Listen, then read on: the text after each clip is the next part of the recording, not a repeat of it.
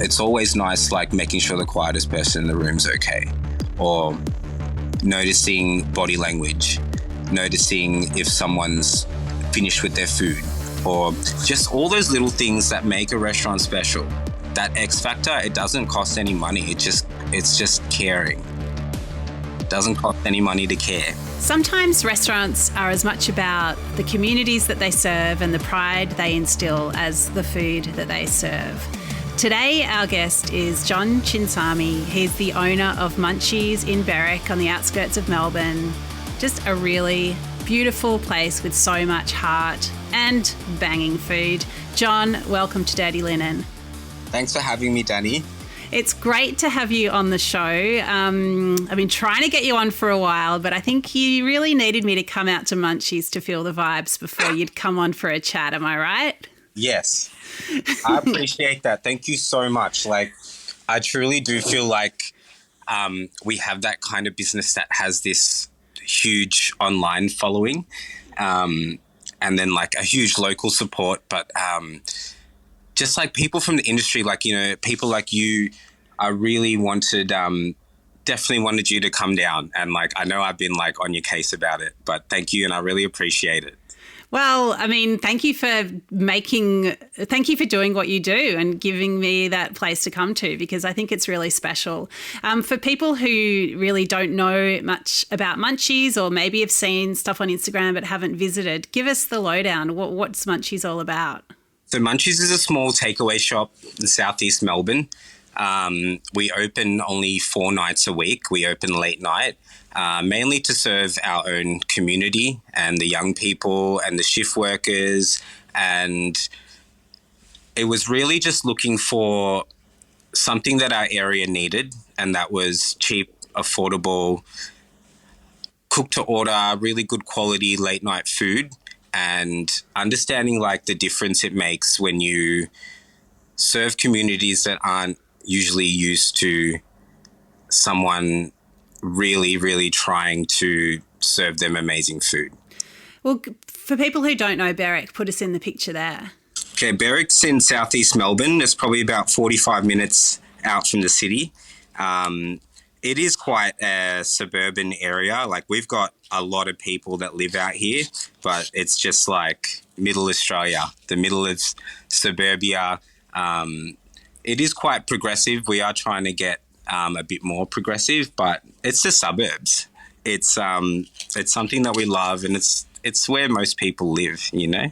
Yeah, totally. Let's be realistic. You know, most people are living in the suburbs, and, you know, why shouldn't there be quality everywhere? I mean, I always do find it weird, you know, there's this idea that the inner city has got great food and then the regions have got great food. Like, as soon as you hit, you know, the country is supposed to be beautiful food in country towns. Why is the food in the middle supposed to be crap? Yeah, that's the thing. And like, that's what gets me really confused, because there's a small portion of restaurants in the city, in the inner city, and then there's a small portion of restaurants that are in our regional areas, which are all amazing. But then you've literally got like that other like 90% of restaurants that are in the suburbs, that are families. There are amazing cooks in the suburbs, but I think just that stigma, but also that that idea that you have to be in like really, really nice places to be able to get good food. Yeah, 100%. And I mean, what I love about Munchies is you drive along the highway, there's all the fast food chains, like literally all of them. And then you go, like a showcase, like an expo of fast food. And then you go around the back past the shisha joint and the pub, and there's Munchies, and it's instantly got a vibe. It just really feels like it's serving and honouring the community that's there. It's like super diverse. It's not it's not white Australia. It's like all the people that are here and have come here and, you know, growing, building their lives here. And yeah, I found it really welcoming, and yeah, I just loved the feeling. Tell me about the community that you've built around the restaurant, you know, in the staff and the people that come there. It was something that was unintentional. It was definitely, when I first started Munchies, I definitely knew the type of clientele that I was. Well, it's not that I knew. I was just like expecting a completely different kind of clientele. But then when sort of young people or people that look just like me started gravitating towards the shop, I actually knew like the type of energy that I was sort of putting out there. Because everyone's got to eat. Like it doesn't even matter like who you know or if you know the chef or you follow like a bunch of pages that tells you where to eat. Like it doesn't matter how much money you have. It doesn't matter like what you look like.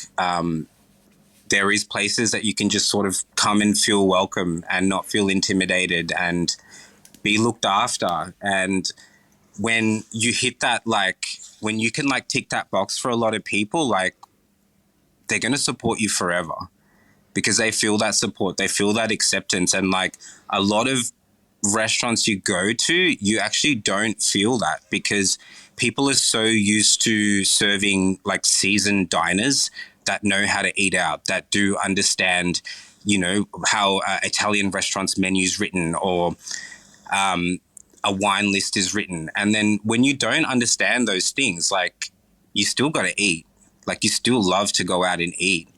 And we do something really special and in a way that we can make those people feel welcome.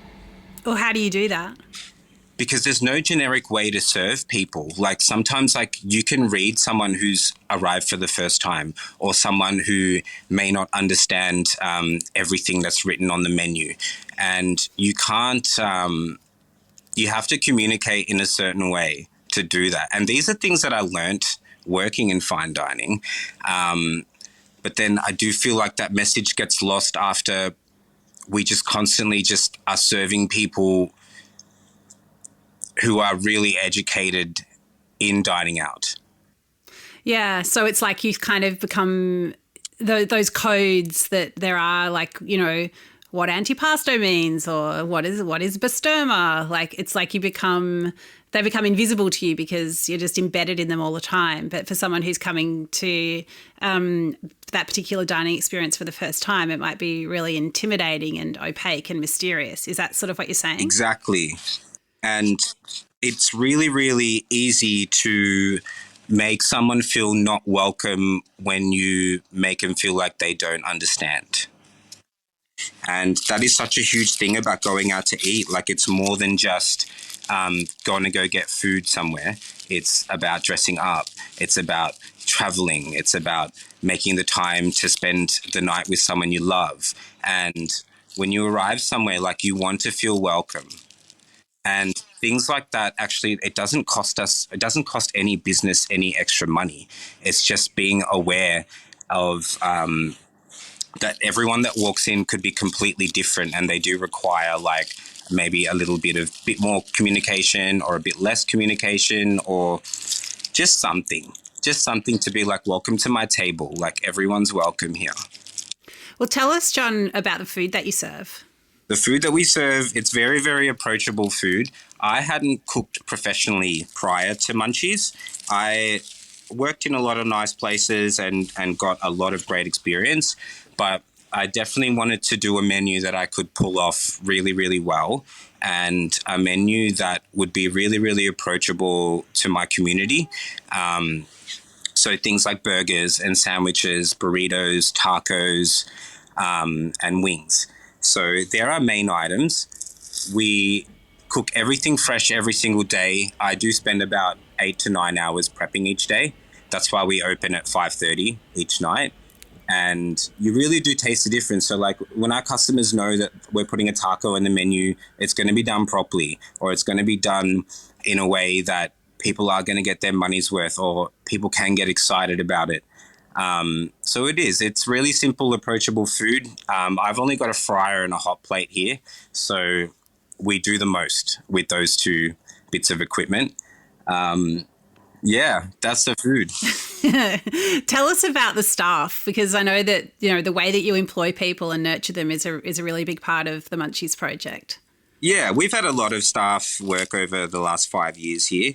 The main mission was sort of to hire people that were local and young with no experience and truly like build them up and like give them a place where they can come and work and get a really, really great reference and like go off into the world with like a whole bunch of skills. Like they don't have to work in food forever. They don't even have to have a passion for food. Like, but when you can groom someone to like teach someone how to learn, and then they start feeling that sense of achievement, like it is something really, really special that can stick a lot more like outside of school. Like when you're doing it, when you're working with someone you admire or you're working in a business that you love, you can definitely take more than just a passion for food from it.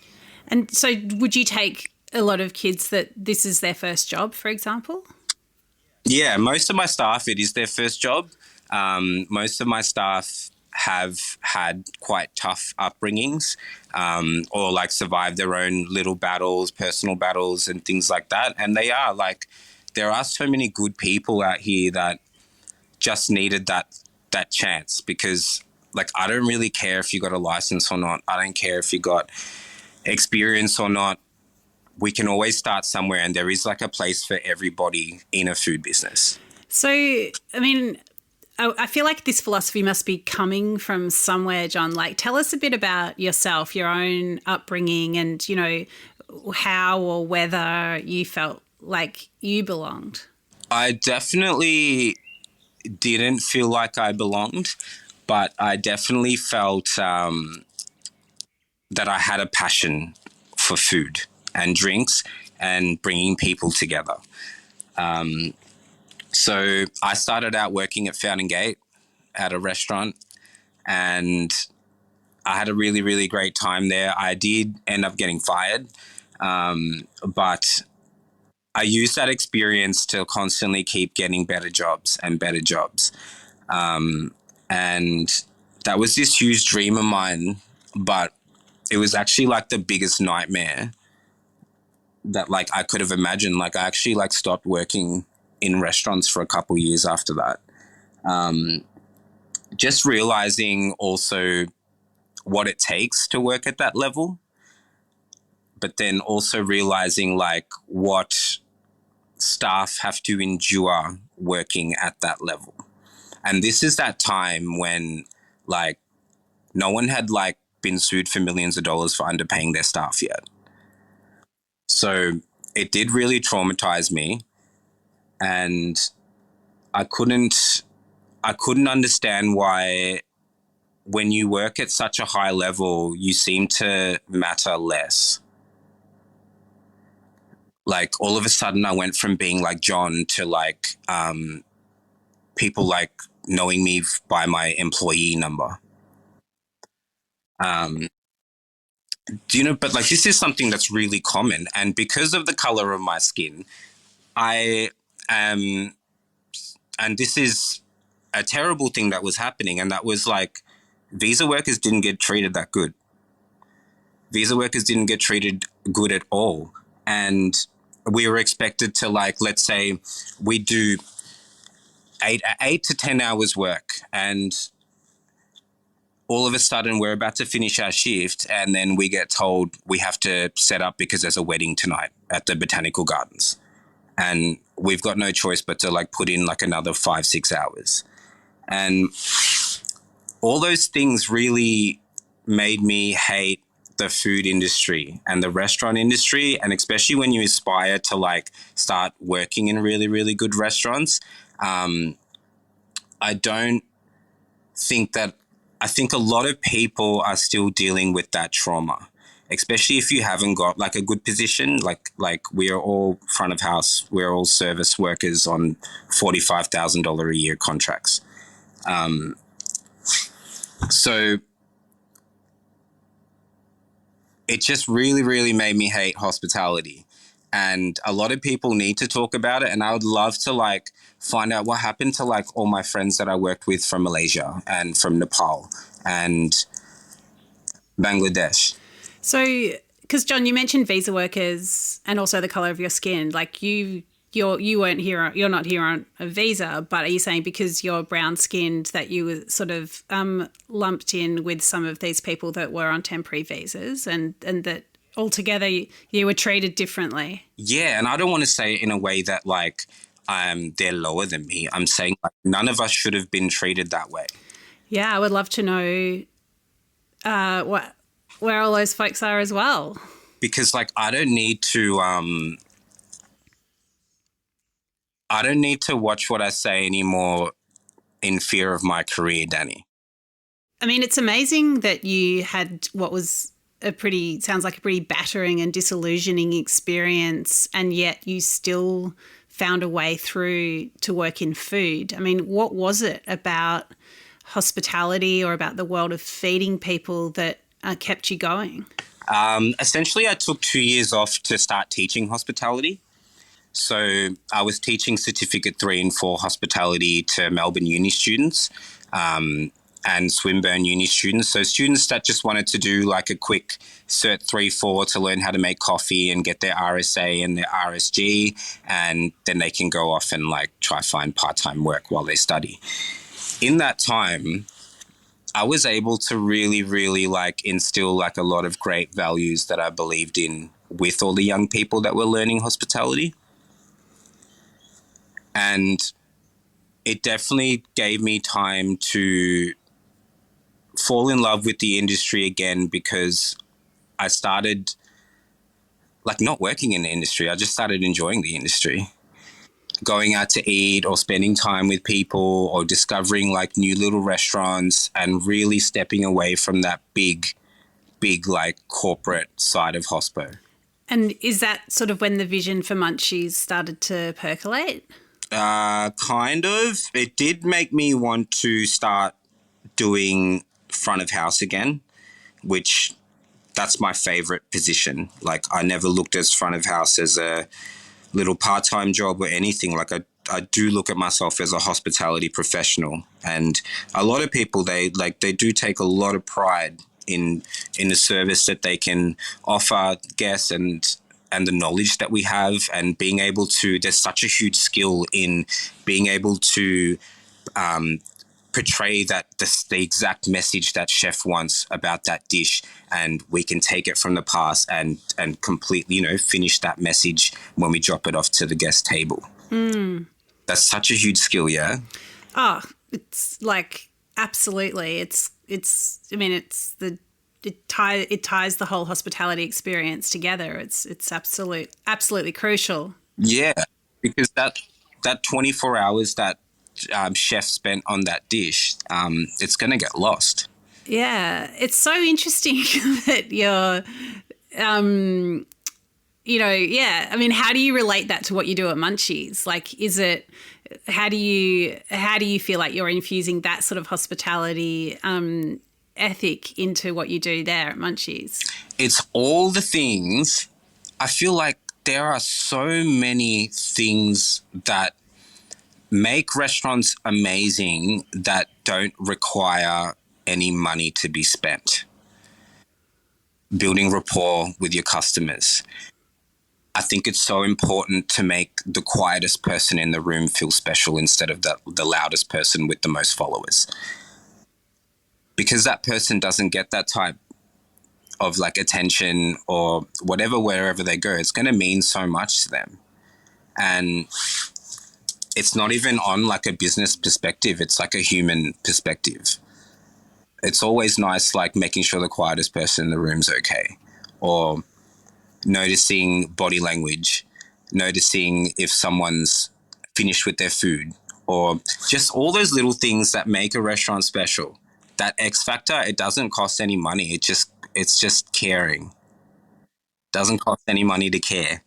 I guess what I'm hearing from you is that you can also do that in different ways at any level of hospitality. At any level.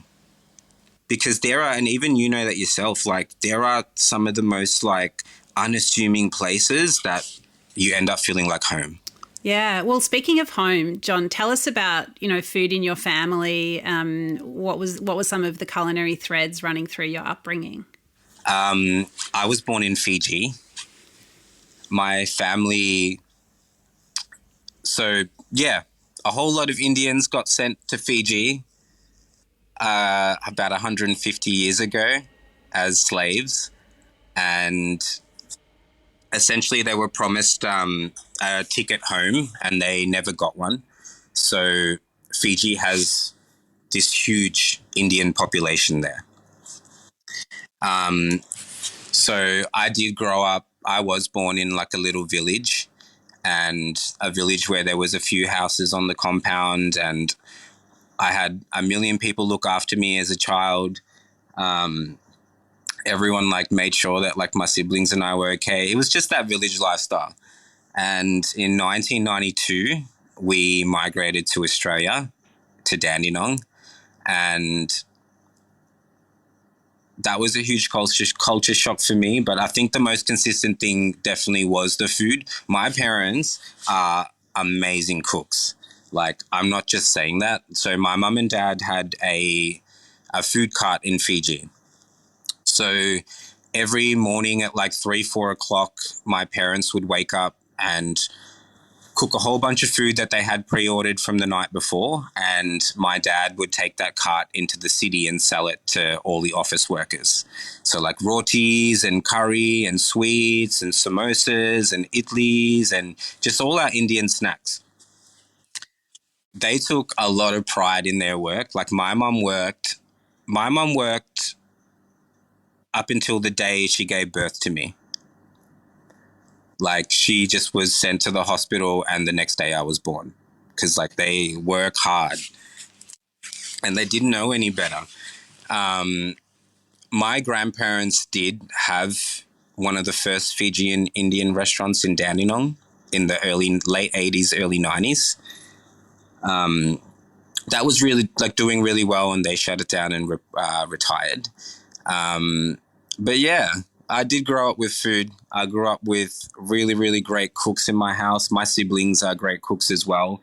As a youth, like, we weren't really allowed to go out that much, but we were always allowed to have our friends over. So my parents will cook up a feast and cook, curry and biryani and samosa and all the foods that like we grew up with. And it kind of really helped us at school as well, because then like all our friends like tried all our foods and they were like talking about it at school. And then it doesn't seem like it's not easy talking about curry in primary school. No one is interested in curry. But then if they come over and they have something super tasty, then they can think about it a bit differently. They can't believe it. They're just like, what is this that I'm eating? Like, I need more of this. So I did love that. Yeah. So I guess you had this idea of food being a way of connecting and communicating across culture right from a very early age. Yeah, because like that's what our families do. And most families around here, like, no one can afford to like go out every week. And like everyone's got like 5, 6 kids. Like, no one can afford to go out to eat every week. But when we cook at home, like, I feel like they cook enough for like 30, 40 people, like every hood family. Like, it's just like one of those things where that's probably the highlight of our day most days. Coming home and eating. Yeah. I mean, when I hear you say that, it just does strike me that it must have been very jarring to make it to the pinnacle of hospitality, and yet it was so much less hospitable than what you'd grown up with. Yeah, it wasn't it, because like we shouldn't always be privileged. We feel privileged to work somewhere good that is, good for our career or good for our resume, and then have to just endure a bunch of bullshit. Like, it shouldn't be that way. I'm sure I did get paid out back pay and things like that. Like, I don't want to say, like, deny that, but that trauma, a lot of people still carry with them. Like, a lot of people still carry it. And that's why we don't look at hospitality as this, like, this beautiful, like, like, we don't look at it in such a naive way anymore, because like we have been in the front line, and I've never really been a boss anywhere. Like I've been like front of house or dishes or all them essential positions that are important. Um, it does leave like this really weird taste in our mouth where it's like, I love what I'm doing and I get to create and I get to get that gratification by like making people happy. But then like the business side of it, it dehumanizes us. It definitely does. And then, so now when I look at businesses that use, like an inclusive environment and like all those like things that like should be expected, like that should be expected, they shouldn't be like some sort of marketing tool now to be like, oh, hey, we're not like that. Because like a lot of restaurants still are like that. Like I moved to Fitzroy a few months ago, and if I walk into a restaurant that I know, I get if they know me because of like Instagram, I get treated too good. Whereas like I don't like that sort of treatment. And then if we walk into a restaurant where they don't really know us, then I know exactly how I'm getting treated, and that is not very nice. So when these things happen, and they happen very, very often, people like us have a very, very different experience in Melbourne hospitality, especially in the inner city. Yeah, I mean, this sort of takes me back to, we did a couple of weeks on Dirty Linen on anti-Asian racism, and one of the people that we chatted to spoke about the way she was treated as her and her husband, an Asian couple in a restaurant, and how she felt that she was being treated very differently from white people around her, I suppose. And I'm telling you, and this is for all the white people. Like, you can like talk to everyone the same.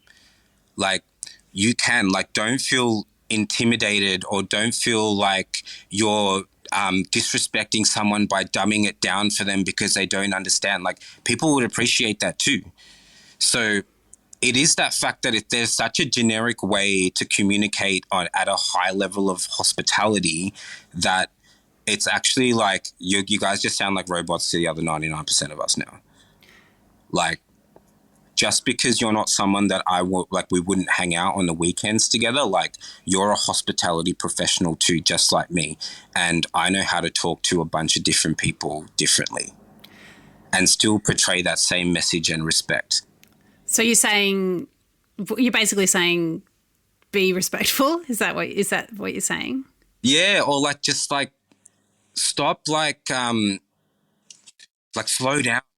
Slow down and have a look around, my brother, my sister. Like, slow down, because when you actually slow down and like assess the room, you're going to see a bunch of amazing people in your business, and you are just as worthy. That you are worthy. Like, everyone in here respects you for like being in this room and serving us and giving you your time and your effort. So like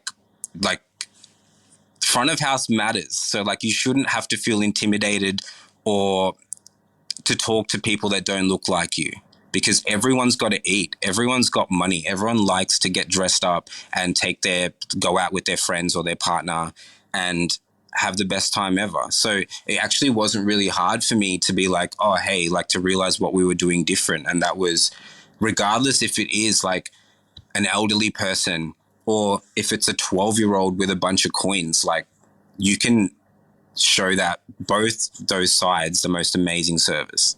So I suppose, as you're speaking, I'm feeling like, part of the Munchies project is that feeling seen and just approached like with respect is just a baseline for you. Yeah, because the way you talk, the way you write your menu, the way you price your menu, that determines the people that you want in your business. And conversely, I guess it can also be a message of exclusion. Exactly. It does exactly say who you don't want in there either. So, I mean, you've put out a little bit of a manifesto and a message, but I mean, how else do you think hospitality could do better? I think all those beautiful things that I'm talking about, that like inclusion, acceptance, respect, like just taking the time to educate diners, they're all amazing, normal things that hospitality should have always been doing. So sometimes it doesn't matter like what someone looks like, or if it's their first time, or if they have no clue, or they don't even know how to order. We just got to be better in that way. It's not a marketing tool. It's not a way to make your restaurant look like better or more woke than anyone else, because like they're the ones that end up making those mistakes and like looking even worse, and it like really affects like the people that want to support you. Yeah. I just want to change gears a little bit and talk about wings, which I feel is not even changing gears. It's actually all about it, because wings are like very leveling, don't you reckon, as a food? Yeah, it's chicken wings, like the humble wing, like it's messy. There can be so much flavor. It's something that you're going to share. Like, tell me why wings are such a big part of your menu, and why you love them so much. Wings only started out on our menu as like a little six wings add-on. If you wanted to get like rice or chips or a burger, like you can just get a quick 6-piece. And then we started doing a 10-piece in chips, and then I actually realized like I'm a restaurant in the hood. Like all the only thing people are ordering is wings. It's so accessible. Like it is the best part of the chicken. I'd say the wing, the neck is very close second, but a chicken wing, especially a wingette is almost 50% like skin to meat ratio. It's the perfect bite. So we decided to start doing a 20-piece. And then once we went into lockdown, we started doing a 30-piece, a 40-piece, 50-piece, 100-piece. And it kind of just took off that way. Like we do 14 different flavors. You can get dry rub wings, you can get saucy wings, you can get plain wings, you can get it with chips, rice on its own. And just like one of like my little like favorite little pleasures has ended up like turning it like we've sold 1 million wings already, Dani. Oh my God, did you like blow streamers and have a party? Nah. It was just like one day we decided to count. So, and we sold 1 million wings last year. Ah. So What a milestone. So I feel like wings kind of says it, because it's like, how did chicken breast get to be like prestige and more like dining when the skin to meat ratio is all wrong? There is no flavor. You're not sharing it. Like, what about the wings? bro, I serve chicken breast too. Like, have you seen that vein inside that chicken breast? Ew. Like I have to deal with that, butcher that every day. A chicken wing is perfection, fried to like a golden brown, and like we don't do nothing to it. I think the magic is that we cook them to order from raw. It does take a lot of time. Sometimes we do have like a 2-hour wait, and people are like, they just go outside and sit down. But cooking them to order, getting them delivered fresh. I've got a really, really good halal supplier, and they are able to deal with like our numbers. Like last week, we done something like almost 200 kilos of wings, and they're able to like give it to me in like 1 day's notice. So shout out to my supplier, Poultry and More. Yeah, thanks, guys. Yeah, but cooking them to order and sourcing them properly, and like I got it. Like I'll let you guys know the secret. So I do like a melted butter, like melted butter with Frank's hot sauce. It is my favorite wing. There's nothing better than that. Maybe close second would be like a fish sauce wing, but I don't do either of those flavors because I just feel like no one orders any other flavor. But we've got 12 flavors, and the secret is we cut them with whole egg mayo instead of butter. And then you just get like a whole nother vibe. Like a glazed kind of vibe? Yeah. So whatever sauces, like let's say if it's a Munchies OG hot wing. So that's mixed with our hot sauce and a little bit of mayo, and mix it up in the bowl, and you literally get the perfect glaze. I feel like I've stolen that from somebody, but like it's the one. It's the one. So if you're going to make wings at home, all you got to do is like cook your wings up, but try cut it with mayo instead of butter every now and then, and you're going to lose your mind. I love it. John, it's been so great to chat to you. I'm thrilled. It's a real milestone for me that I've got you on this podcast. Is there anything else that you'd like to say to the Dirty Linen crowd? Yeah. I'd like to give a couple shout outs.